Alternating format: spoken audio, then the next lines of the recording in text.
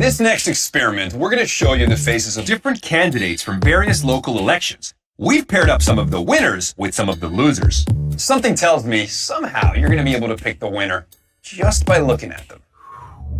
Ready? See if you can tell which of these candidates won their election. Got it? Now here's the real result. Now how about these two? Here's the winner. What about these two? And the winner is... So how did you do?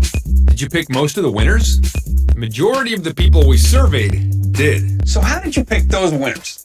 How could you know, based on nothing more than seeing their faces for just a few seconds?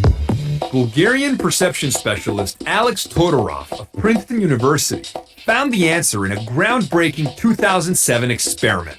A very rapid glance is sufficient to predict about 70% of the election outcomes.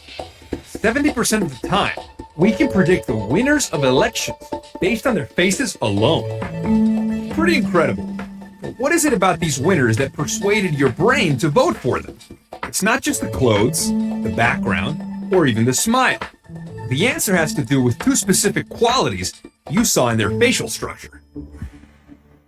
In our studies, we found that candidates who look more competent and more trustworthy were more likely to be elected in office.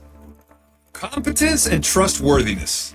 You may find it hard to believe your brain can make such complex social assessments based on a face alone, but it can. Give it a shot. Which one of these faces looks the most trustworthy? This one? Or this one? What about this one? Made your choice? If you chose face 1, you're with 85% of the people we surveyed.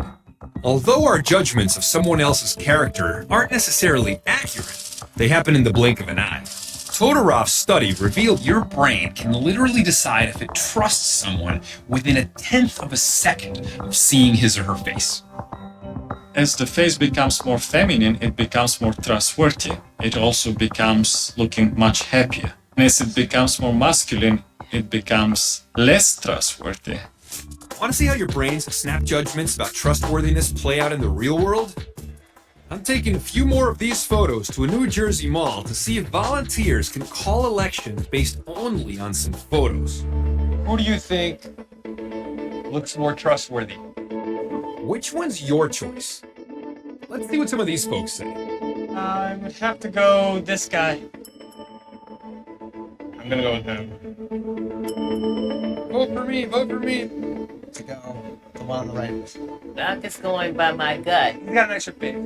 He looks more comfortable. He looks approachable. As it turns out, he beat this guy in a local election. First impressions. Your impression was the same as the majority of voters. You didn't know anything about their policies. You didn't know what they were running on, and yet you basically knew who the winner was. That's really interesting. Right? Amazingly, time and again, these people chose the actual winners based just on their looks. We like to think we make informed decisions when it comes to politics.